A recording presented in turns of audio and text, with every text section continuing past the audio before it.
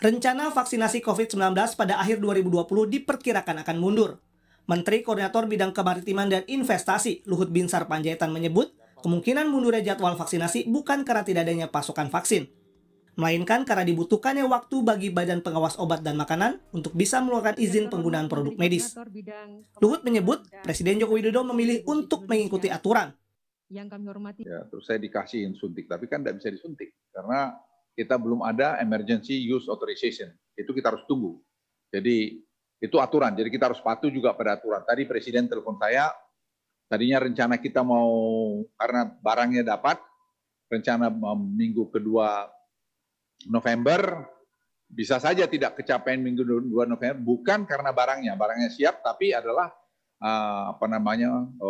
emergency use authorization itu belum bisa dikeluarkan BP POM karena ada aturan-aturan step-step yang harus dipatuhi. Dan itu Presiden saya lihat tidak mau lari dari situ. Beliau mengatakan keamanan nomor 1.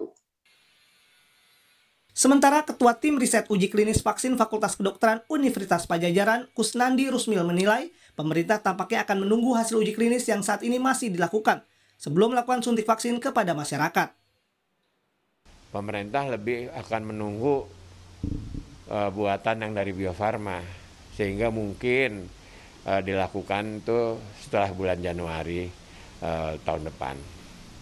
Jadi kalau produksi Bio Farma, kalau kita ingin pergunakan, itu harus ada surat dari Badan POM mengatakan bahwa ini sudah selesai uji klinis. Tapi kalau kita membeli dari luar, itu suratnya bukan dari Badan POM, tapi dari WHO. Bahwa dia ini vaksinnya memang juga sudah selesai uji klinis fase 3.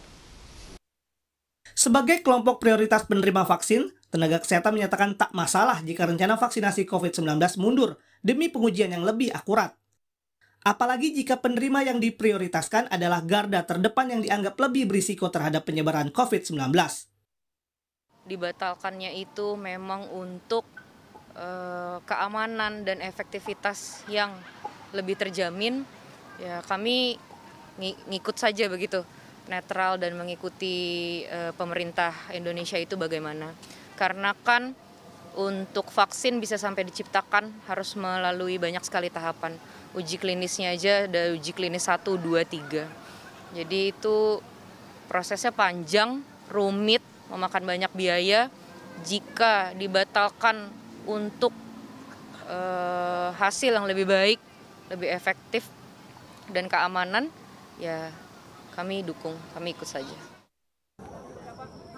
Terkait rencana vaksinasi COVID-19, pemerintah telah menjalin komunikasi dengan 7 dari 10 kandidat vaksin dari sejumlah negara untuk memenuhi tersedianya pasokan. Pemerintah juga memastikan seluruh vaksin yang akan diberikan ke masyarakat telah lolos uji klinis tahap 3. Tim Liputan, Kompas TV.